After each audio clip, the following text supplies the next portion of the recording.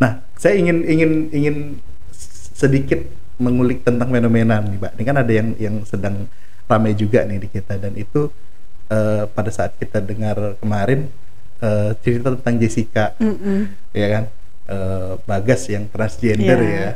Nah, ternyata itu juga salah satu efek bullying ketika ditanya ya pada saat diwawancara.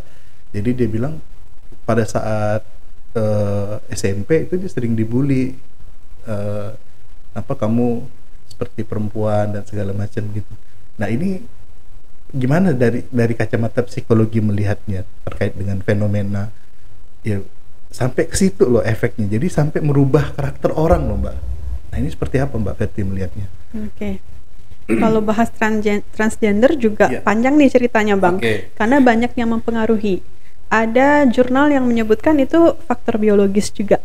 Jadi ketika dia dilahirkan ada bagian otak yang hormon juga ya, itu bisa mempengaruhi sehingga dia arahnya ke transgender, merasa tidak nyaman dengan jenis kelaminnya dan pengen berubah jenis kelamin. Ada jurnal yang bilang itu biologis gitu ya.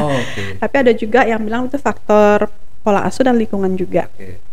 Jadi kemungkinan tadi kenapa dibully, berarti memang sudah punya ciri-ciri yang menggoda, jadi magnet untuk dibully. Bisa aja dia memang SMP ya itu dimulai dibully ya. Berarti mungkin kan udah kelihatan ya peran gender anak itu terbentuk 4-6 tahun. Nah, disitulah dia baru tahu aku laki-laki, aku laki-laki itu maskulin, mainannya seperti apa, cara bertingkah laku seperti apa, cara bersikap seperti apa, itu terbentuk di usia 4-6. Iya. Nah, nanti ketika dia sudah lebih besar, dia akan belajar dari lingkungan. Nah, jadi kan memang yang pengaruh dari pola asuh keluarga dulu nih. Ada beberapa kejadian dia laki-laki, kemudian sejak kecil dia sukanya sesuatu pekerjaan rumah tangga, jadi bantu masak, bantu nyuci gitu, bantunya apa, dia enjoy banget. Secara nggak sadar akhirnya bertumbuh lebih ke feminin. Dia cowok feminin. Akhirnya ketika dia bergaul ngerasa enak jadi cewek ya gitu. Jadi kebayang ya, jadi jenis kelamin itu tidak menentukan bagaimana kita mengenali gender kita, itu terbentuk dari kebiasaan-kebiasaan. Kan beda ya jenis kelamin laki-laki, peran gender kan feminin dan maskulin, dan itu memang perlu diajarkan. Kalau laki-laki itu maskulin. Jadi tidak bisa natural. Beberapa kasus bisa natural, tapi tadi faktor lingkungan mempengaruhi, Bang. Iya, apalagi kasus-kasus LGBT, disorientasi seksual hingga ke transgender, itu dipengaruhi lingkungan. Kadang saya meniru apa yang saya lihat. Kemudian kalau dia berada di lingkungan, kan tadi 4-6 tahun tuh pengenalan gender. Di masa remaja nih, SD akhir, pubertas nih ke SMP, itu kan lagi mencari jati diri. SMA tuh juga kan, aku nih siapa sih? Aku nih mau jadi cowok apa jadi cewek sih? Gitu. Nah, kalau dia berada di lingkungan yang menerima, misalkan yang apa ya, dia berada di lingkungan yang udahlah, yang penting kamu enjoy, kamu terlahir laki-laki mau jadi perempuan nggak apa-apa, yang penting kan bahagia. Nah, kemudian dapat support, nah akhirnya bisa memperbesar rasa yang disorientasi seksualnya dan akhirnya ke transgender. Jadi dia itu jadi transgender tidak langsung serta-merta gitu. Enggak, ya? itu tuh proses panjang sekali, Bang. Mungkin kalau beberapa jurnal juga sampaikan beberapa kasus LGBT transgender juga dipengaruhi dari fatherless tadi. Balik lagi bagaimana. Berarti fatherless nih isu yang seru juga, Bang, banget. Nah, apalagi kan tadi pelaku transgendernya laki-laki nih. Beberapa cerita ya, beberapa kasus yang studi kasus gitu ya. Kenapa bisa seperti itu tadi fatherless? Mungkin dia melihat pertengkaran orang tua. Ayahnya menyakiti ibunya secara fisik, secara emosi, dan dia ngerasa membela ibu. Laki-laki itu jahat. Aku nggak mau jadi lagi. Bisa jadi. Bisa. Nah, jadi bagaimana kalau saya pribadi ya, saya kan dulu konselor di sekolah. Jadi saya nanganin SD, SMP, SMA. Ada anak SMA tuh datang dan dia mengaku dia itu bisex. Jadi dia menyukai laki-laki dan perempuan. Tapi dia saat itu dia condong ke laki-laki. Dia lebih menyukai laki-laki dan ada teman laki-laki, bukan teman sih. Laki-laki ini sudah lebih dewasa dari dia, mengajak untuk berhubungan kayak pacaran dan secara fisik juga melakukan romantisme. Jadi kan mengkhawatirkan ya, SMA lagi cari jati diri, ngakunya bisex. Nah, ketika saya gali akarnya memang di keluarga. Saat itu orang tuanya dalam kondisi tidak akur. Jadi kalau ketemu tuh berantem terus, bahkan tidak tidur sekamar sebagai suami istri. Nah, akhirnya kan dia memang tidak dapat peran laki-laki ya. Nah, yang anak murid ini yang datang ini memang tipenya lebih feminin, pemayu gitu. Sekarang dia sudah kuliah. Saya belum follow up sih. Tapi memang itu ya, dari keluarga itu mempengaruhi. Nah, sekarang kalau lihat dari medsosnya sih kayaknya sudah mulai straight, tapi saya nggak tahu karena saya nggak pernah kontak lagi. Tapi memang benar ya, kita terbentuk dari bagaimana keluarga kita itu. Nah, termasuklah tadi yang kasus si Bagas itu ya. Iya. Nah, kalau Bagas ini kan dia memang yang menarik itu ternyata respon si ibu ya. Respon ibunya itu bagaimana kemudian ya, itu kan kita nggak tahu juga sehebat itu kemudian orang tua menerima kondisi anaknya itu kan, sampai kemudian anaknya mau berubah ya, dan walaupun dia berubahnya pun sedang proses kan sampai hari ini gitu. Nah, jadi ya rumit juga ini persoalannya. Tapi benar tuh, saya juga apresiasi ke ibunya ya. Ini udah viral, ibunya juga berani ini ngomong di podcast dan dengan penuh kasih sayang. Dia masih menerima anak apa adanya. Itu memang luar biasa sih Bang. Karena kebanyakan seseorang menjadi transgender atau disorientasi seksual, biasanya dia menutupi dari keluarga. Karena dia ngerasa ya kan dia bergantung sama keluarga dan keluarga nggak boleh tahu nih. Kalau keluarga tahu habis saya. Ya karena nganggap itu aib ya kan. Iya. Dan biasanya yang tahu dia ini berbeda adalah lingkungannya, temannya. Dan itu bisa didukung ya. Sedangkan keluarga gimana? Ketika keluarga melihat kok agak beda ya, biasanya denial. Keluarga antara denial, menolak, nggak mungkin lah. Saya tahu anak saya, akhirnya anaknya semakin jauh nih, nggak terjangkau gitu kan. Atau ada yang orang tuanya terlalu agresif, jadi kayak harus jaga nama baik orang tua ya, mama papa nggak mau tahu, kamu harus berubah. Atau pergi dari rumah, ya kan? Iya, itu kan nggak solusi ya. Akhirnya anaknya luntang-lantung, makinlah orang tua nambah dosa nih. Dan katanya memang orang tua itu adalah sosok yang paling banyak berdosa sama anak-anaknya. Karena sering nggak kenal anaknya, memaksakan sesuatu, sering bicara kasar, berperilaku yang tidak baik. Nah, memang saya salut ya sama mamanya ini. Dia tahu ya, sebagai seorang mama, sebagai seorang ibu, pas nih mau hari ibu ya. Pertama, tugas seorang ibu adalah mengasuh anak. 2 tahun pertama tuh yang penting kesehatannya dulu nih. Anaknya sehat, tumbuh baik, terstimulasi dengan baik. Kemudian berikutnya adalah kita membentuk secara emosi, kemudian kemampuan sosialisasinya, dan akhirnya memang kan kita membawa anak menuju kemandirian. Karena kita sebagai ibu nggak mungkin kita megang anak terus-menerus ya, pasti suatu saat dia mandiri. Jadi disitulah peran ibu, bagaimana dalam proses pengasuhan itu ibu melakukan yang terbaik. Akhirnya keputusan pilihan itu kan sama si anak. Nah, ini juga banyak faktor sih, bisa di awal sebagai ibu atau di keluarga bisa memberikan nilai-nilai dulu nih, value positif seperti apa ya, akhirnya anaknya akan memilih ya. Anaknya akan memilih, dan yang pasti sih ketika anak sudah memilih, kita dampingin, kita kasih tahu resikonya. Yang penting sebagai seorang ibu memang tidak pergi, karena namanya anak, apalagi kayak kasus Bagas itu kan dia mau dengerin kata orang, kamu berubah atau apa kan mungkin nggak bisa ya. Tapi kalau udah denger kata mamanya itu, betul. Dampaknya lebih dalam, intens ya. Kalau mendengar dari ibu sendiri gitu. Nah itu yang sempat bikin saya kagum gitu loh. Jadi dia sampai dia bilang kan dia mau beli apapun ya kan, dia selalu minta izin ke ibunya gitu. Artinya kan oke, dia mungkin sedang tidak nyaman dengan kondisi dia pada saat itu. Tapi ada tempat yang kemudian membuat dia bisa menyampaikan itu, ya kan?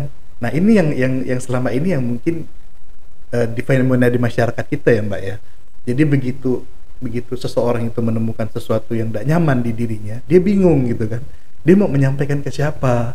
Sedangkan orang yang terdekat saja, tadi Mbak bilang kadang menolak, kadang kemudian bahkan ya seolah-olah menganggap kamu nih ngapain gitu gitu kan, padahal ini serius loh persoalannya ini. Apalagi sampai kemudian tadi menyadari bahwa kondisinya sudah berubah dari yang harusnya di laki-laki, kok aku lebih nyaman dengan kondisi perempuan misalnya kan. Nah ini kan dia perlu wadah nih, tempat untuk itu gitu loh. Nah itu yang saya lihat ada ternyata di ibunya ya. Kemudian dia merasa lebih nyaman untuk mengungkapkan itu semua gitu loh. Dan menarik juga ternyata ya tadi yang Mbak bilang ibunya nggak pergi ya kan. Nah kebanyakan kita kan fenomena di masyarakat juga orang yang terdekat justru malah meninggalkan. Dan itu malah memperburuk situasi. Benar. Jadi ketika ibu dan dia deket sama ibu ya, masih hadir, itu secara mental, kesehatan mental tetap terjaga. Bayangin kalau dia sudah memutuskan transgender, secara pribadi ada kegalauan, lingkungan mungkin menolak, ditambah kalau tidak ada support sama sekali, ibunya pergi, mungkin akan lebih tidak nyaman ya. Tapi lebih kuat lagi. Tapi dia dapat support yang paling baik itu, ya kita nggak bisa nyalahin ya. Mungkin beberapa pihak masih menyalahkan, kok ibunya boleh kayak gitu, ibunya kurang tegas ya, ibunya manjain ya gitu kan. Kita nggak bisa judgement, kita nggak tahu proses seperti apa. Saya yakin mamanya, ibunya itu juga pasti pernah berada di fase down, merasa bersalah dan pernah kecewa. Tapi yang kita lihat hasilnya sekarang sih ya, bahwa yang tetap dijaga adalah hubungan keluarga tetap terjalin baik. Dan itu yang menyelamatkan ya kan akhirnya gitu ya. Benar. Ya karena memang itu tadi saya bilang ke Mbak Verti, yang membuat kita kagum itu ke ibunya ya. Setuju. Jadi dia nggak pergi, kemudian ya betul tadi dia ibunya udah sampai ke level yang terendah gitu, artinya sampai dia kok bisa sih anakku seperti ini kan gitu. Tapi kemudian ada acceptable-nya, setelah itu dia menerima kan kondisi itu. Nah ini yang mungkin perlu di untuk ke warga kota ya, perlu banyak belajar lah. Artinya kan kalau misalnya kita ketemu situasi yang seperti ini, ya jangan lari ya gitu ya. Coba dihadapi, dan ya mungkin nanti suatu saat ada jalan keluarnya kan. Dan ternyata kan nggak diduga, begitu dia umroh, nah ternyata di situ kan titik baliknya yang membuat kemudian si Bagas menyadari bahwa oh iya betul, aku nih laki-laki gitu kan. Kemudian dia mulai merubah tadi yang awalnya beli heels, sekarang beli sneakers ya kan. Jadi pelan-pelan gitu loh. Dan ibunya terus dampingi nih. Benar. Support gitu loh. Dia peran keluarga ya, yang paling penting ya Mbak ya. Benar sekali. Oke. Ini buat warga kota ya yang sudah ya berkeluarga, mau yang baru ataupun yang udah lama, ya intensitas hubungan ya di antara kita yang memang harus diperkuat lagi lah ya di keluarga. Nah ada satu hal tadi yang menarik yang mungkin kita coba gali dikit jadi Mbak, terkait dengan fatherless tadi. Itu memang jadi faktor yang apakah fenomena juga hari ini? Udah lama sih ya istilah fatherless muncul. Itu kan maknanya ketika sosok ayah hadir, kita bukan cuma ngomongin fisik, tapi gini, ayah itu kan suatu peran ya, yang biasanya seseorang menjadi ayah kemudian bertambah tanggung jawabnya. Ketika jadi ayah, punya anak nih yang harus diurus. Dan biasanya tugas utama ayah apa? Mencari nafkah. Dan akhirnya sosok ayah ketika tidak diedukasi larut dalam peran yang salah. Karena dia berpikir, aku harus nafkahin anak, aku harus kerja. Kalau aku nggak kerja, nggak bisa sekolahin, nggak bisa beli susu. Akhirnya yang terjadi, apalagi di fenomena saat ini, kebanyakan para ayah lebih banyak waktunya di kantor, di pekerjaan daripada hadir untuk keluarga. Itu hampir di semua profesi ya. Apalagi kalau ayahnya mungkin di jabatan yang tinggi, yang perlu meeting, perlu keluar kota, perlu pindah tugas, dinas keluar kota, dinas kemana gitu kan. Nah, memang saya mendorong banget ya ketika pengen, karena nggak ada sekolah nih Bang untuk menjadi seorang ayah. Kita betul. Menjadi orang tua itu dengan melihat ketika kita diasuh, kita ngeliat orang tua kita, dan kita jadi ayah itu juga itu kayak dicemplungin ke padang pasir, ya, dicemplungin ke hutan, harus survive, terserah seperti apa. Kalau nggak ada guidance-nya, nggak ada panduannya, kita seringnya bablas. Nah tadi itu fatherless itu jadi fenomena. Kalau nggak salah Indonesia negara keberapa? Kedua ya fatherless ya. Ada surveinya Bang. Tertinggi termasuk 5 besar tertinggi. Karena tadi coba deh kalau kita pelajaran sekolah, tugas ibu memasak, tugas ayah kerja. Iya kan?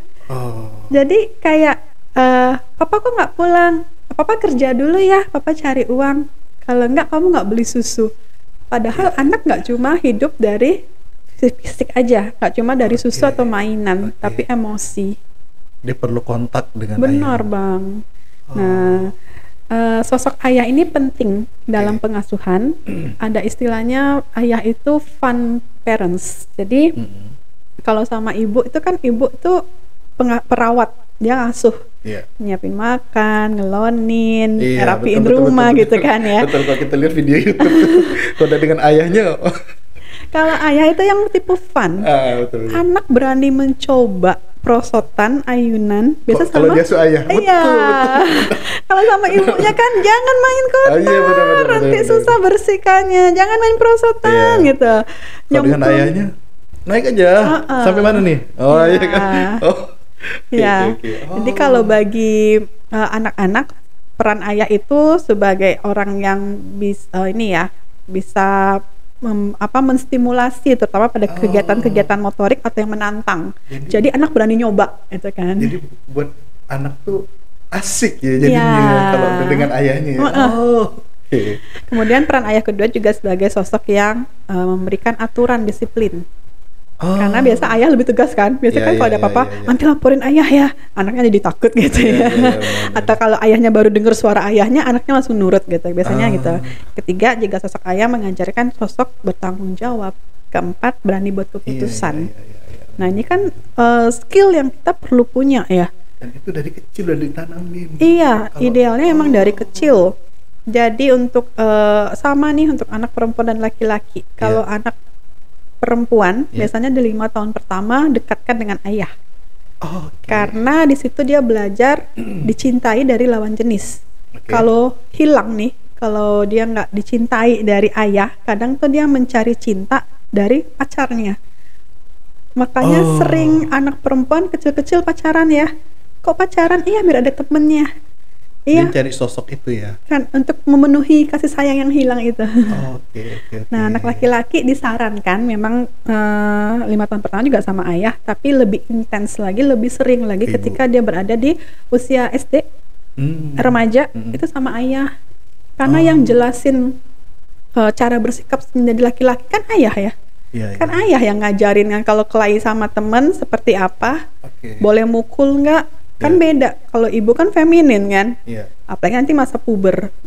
Perempuan kan ibu nggak ngalamin pubertas, nggak tahu mimpi basah itu seperti apa gitu kan, yang tahu ayah. Jadi idealnya ayah, walaupun di Indonesia nggak ada hari ayah ya. Nah, ini kebetulan hari ibu, kita bahas tentang ayah. Jadi juga, ya maksudnya peran-peran dalam keluarga mendidik anak itu kan bukan hanya kemudian menjadi tumpuan ibu, ya kan? ternyata ayah penting banget ya Mbak. Setuju. Jadi ayah juga hadir, bukan cuma fisik, karena kalau fisik mungkin bisa ya dari manapun, tapi yang kita butuhkan tuh ayah hadir, karena di sini akan menjadi modeling, akan jadi motivator, akan jadi core memory, akan ada kenangan-kenangan yang akan mempengaruhi bagaimana seorang anak tumbuh. Benar. Ini menarik banget obrolan kita. Dan secara psikologi ya Bang ya, banyak klien-klien yang hadir, banyak klien yang mengalami gangguan emosi, mengalami kesulitan kontrol emosi, itu kebanyakan karena fatherless. Bahkan kasus ada survei nih terhadap pecandu narkoba dan juga narapidana, itu kebanyakan dari mereka tumbuh di keluarga yang fatherless. Jadi cara mengatasi masalahnya keliru. Cara ngatasin emosinya destruktif, tidak tepat.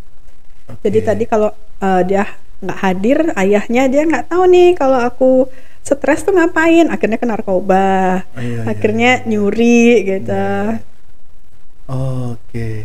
Jadi sevital itu ya peran. Dan ini yang nah ini juga saya mau mendorong buat pemerintah nih Bang. Oh iya boleh, ini Mbak bebas ngomong di sini. Bebas silakan ya kan, ini wadahnya kita kasih ya. Kalau kita dengar tuh di luar negeri ibu melahirkan, ibunya dapat cuti, ada yang 3 bulan, 6 bulan. Ayah juga dapat cuti di sana kan. Karena penting peran ayah untuk kesehatan mental keluarga. Pada saat di awal itu ya.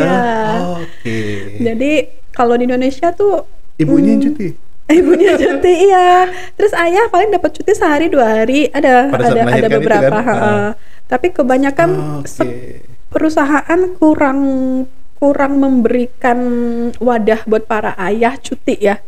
Kadang kan ibu-ibu yang cuti, anak saya sakit cuti ya. Tapi kalau yang ayah cuti, istrinya kemana? Gitu. Iya, dia kalau izin ya anak saya mau ambil rapot, nah istrinya kemana ya? Dia seringnya tuh dilimpahin ngurus anak ya istri aja, laki-lakinya cari nafkah ya, akhirnya ayahnya tumbuh tanpa tahu cara menjadi ayah. Ketika ketemu anaknya bingung, ini aku mau ajak ngomong apa, aku mau ngajak main apa, akhirnya cuma dibelanjain, dijajanin, diajak ke mall yang tidak secara emosi kan. Jadi hubungannya hanya sekedar seperti itu aja jadinya. Secara material. Karena banyak ayah-ayah yang ketika disuruh ngasuh anak tuh Bang, nggak tahu mau ngapain. Anak aku suka apa nggak tahu gitu. Kayak kalau dari bayi nenangin anak gimana, kasih mamanya aja. Itu berdampak ketika anaknya udah dewasa ya. Bagaimana dia berhubungan, kemudian bingung jadinya mau ngapain. Aduh. Jadi mungkin perlu ada hari ayah ya, kalau di luar negeri udah ada hari ayah. Father's Day kita nggak ada. Bisa komentar di bawah yang tahu hari ayah tanggal berapa ya? Ada kan hari ayah? Ada 12 November. Udah lewat ya. Udah lewat hari ibu. Cuma gaungnya lebih besar gaung hari ibu ya ketimbang hari ayah. Padahal ayah iya sih. Karena kita melihatnya selama ini bukan fungsi maksudnya tugas ayah tuh ya hanya sekedar bekerja nyari nafkah, padahal sebenarnya peran yang lebih vital dalam kemudian mendidik anak sampai tadi yang munculkan 4 hal tadi itu ya, itu penting banget loh Mbak menurut saya. Penting Bang. Iya penting banget karena kan ya mungkin karena karakter tadi ayah itu lebih logis ya dia. Kemudian ya itu yang kemudian mengimbangi nih tadi sifat sensitivitasnya ada dari ibunya, secara logikanya muncul dari pendidikan dari ayahnya. Benar. Oke. Ya kompleks banget sih persoalan ya. Kita hari ini. Ya mudah-mudahan apa yang kita obrolin ya, jadi paling tidak memberikan